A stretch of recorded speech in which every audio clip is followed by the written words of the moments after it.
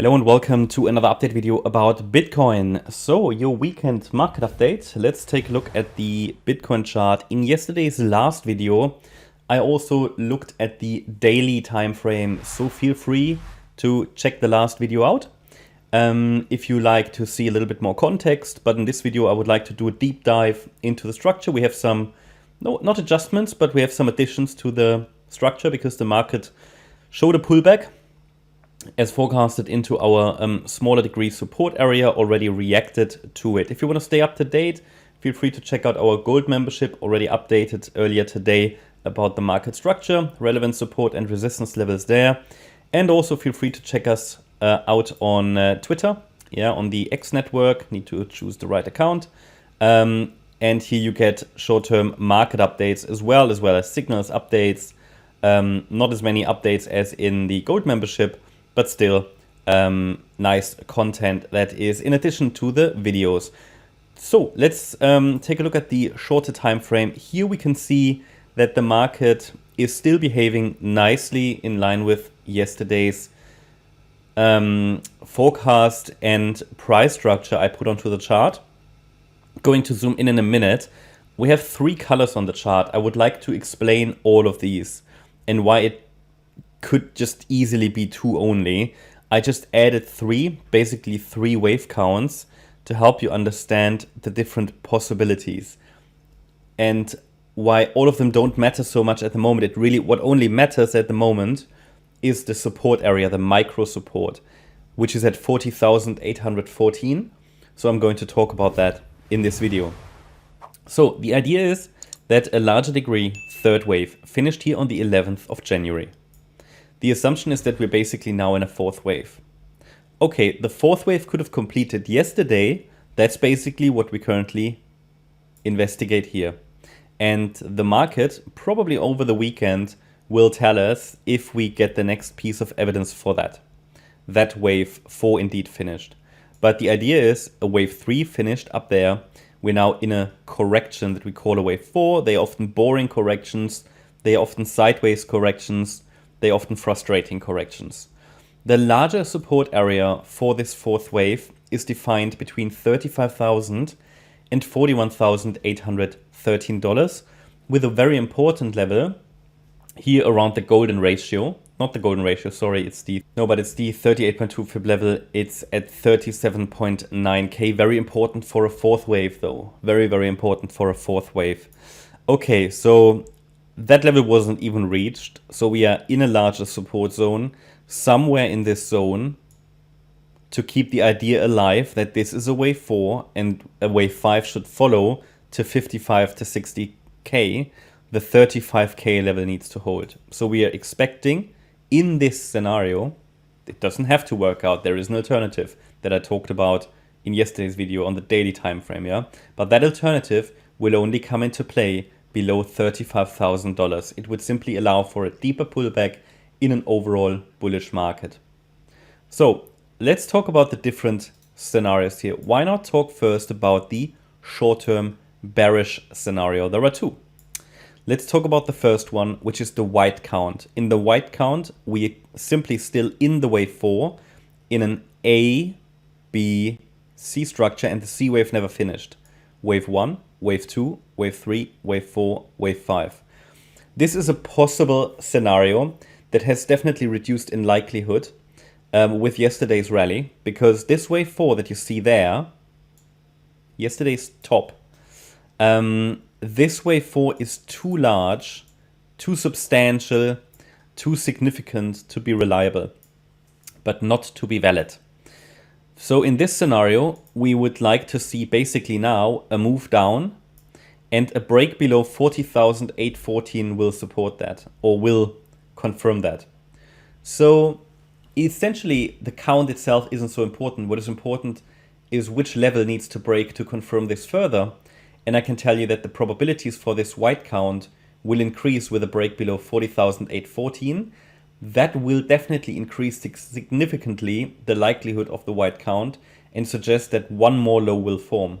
That's not overall bearish. That would just mean we are still in the fourth wave pullback. All right. So that's one scenario, short-term bearish. The other short-term bearish scenario is highlighted here in blue, because if we break above 42,900, which is this smaller degree wave 2 high in the white count, the wave 4 will be invalidated. The wave 4 cannot move above the wave 2. Now you could say that is bullish, but the problem is, as long as it depends on the structure as well. As long as it stays a 3-wave structure, in what way, or we will have to assess it at the time. But if it is a 3-wave structure and not a 5-wave impulse, then it could simply be a larger corrective pattern. Yeah. How would that work out? I mean, one example how this could play out is this could be an A wave, this could be a B wave, this could be a C, and it's a larger A. Then if we now see a break below 40,814, this could be a larger B if it forms a higher low nevertheless, could then rally in wave C. And then we have this larger blue corrective wave. And then we could still come down. As long as it's a 3-wave move in what, it doesn't matter to me which way it's forming a 3-wave move. As long as it's a 3-wave move, I will call it a corrective rally. And it would be the blue count then, if it gets above 42,900. So these are the two ways how we could still be caught in this correction. The best way to confirm that the overall wave 4 is already over, and now we get to the bullish count, is the yellow scenario, which we followed yesterday, and the market respected all the relevant Fibonacci levels. If you followed the videos yesterday, or you followed us on Twitter, or you followed our gold membership updates and signals, which are a bit more detailed and more frequent, then you were up to date and you knew that we expected a reversal exactly at this point up here. And I mean, I'm not saying this always works out that nicely, but I mean, that's why we use the fib levels, because if it is a 3rd wave, it would have turned around there ideally, okay, which it did. So the yellow count remains a likely option. The market respects currently this, the Fibonacci levels, and seems to be that it's giving us a bit of a hot run there. Yeah, you can get cold runs and hot runs. If all the fib levels are respected, you basically have a hot run. And the market turned around, dipped into the support area. In the bullish count, this move up here between Tuesday and Wednesday was a wave 1. Then we had a wave 2 pullback. This here could have been the 3rd wave that we talked about, yeah. And then the expected dip in a 4th wave into the support area happened. And as long as the 40,814 level is holding, it keeps the door open more directly higher in an impulse. So the idea is now that the idea was we get into this area and then we'll see a reaction, either already in wave 5 or it will just form a larger 4. I would prefer that it forms what I've outlined here, a larger ABC structure. Important is just to keep the upside alive. 40,814 needs to hold. We don't want a substantial break below that level, no sustained break. So my idea is, because this is maybe not healthy enough for a wave 4, would like to see a clearer ABC, but holding support. That's also what I mentioned yesterday, that I expected to go into the weekend in a wave 4, maybe have a bit of a slow weekend, spend time in that wave 4 support area, and then move higher, ideally. Okay, if that level holds, a wave 5 would be what we would look for. There is a resistance area here, but this is really only standard resistance, only initial orientation. It's between 41,807 and 42,041.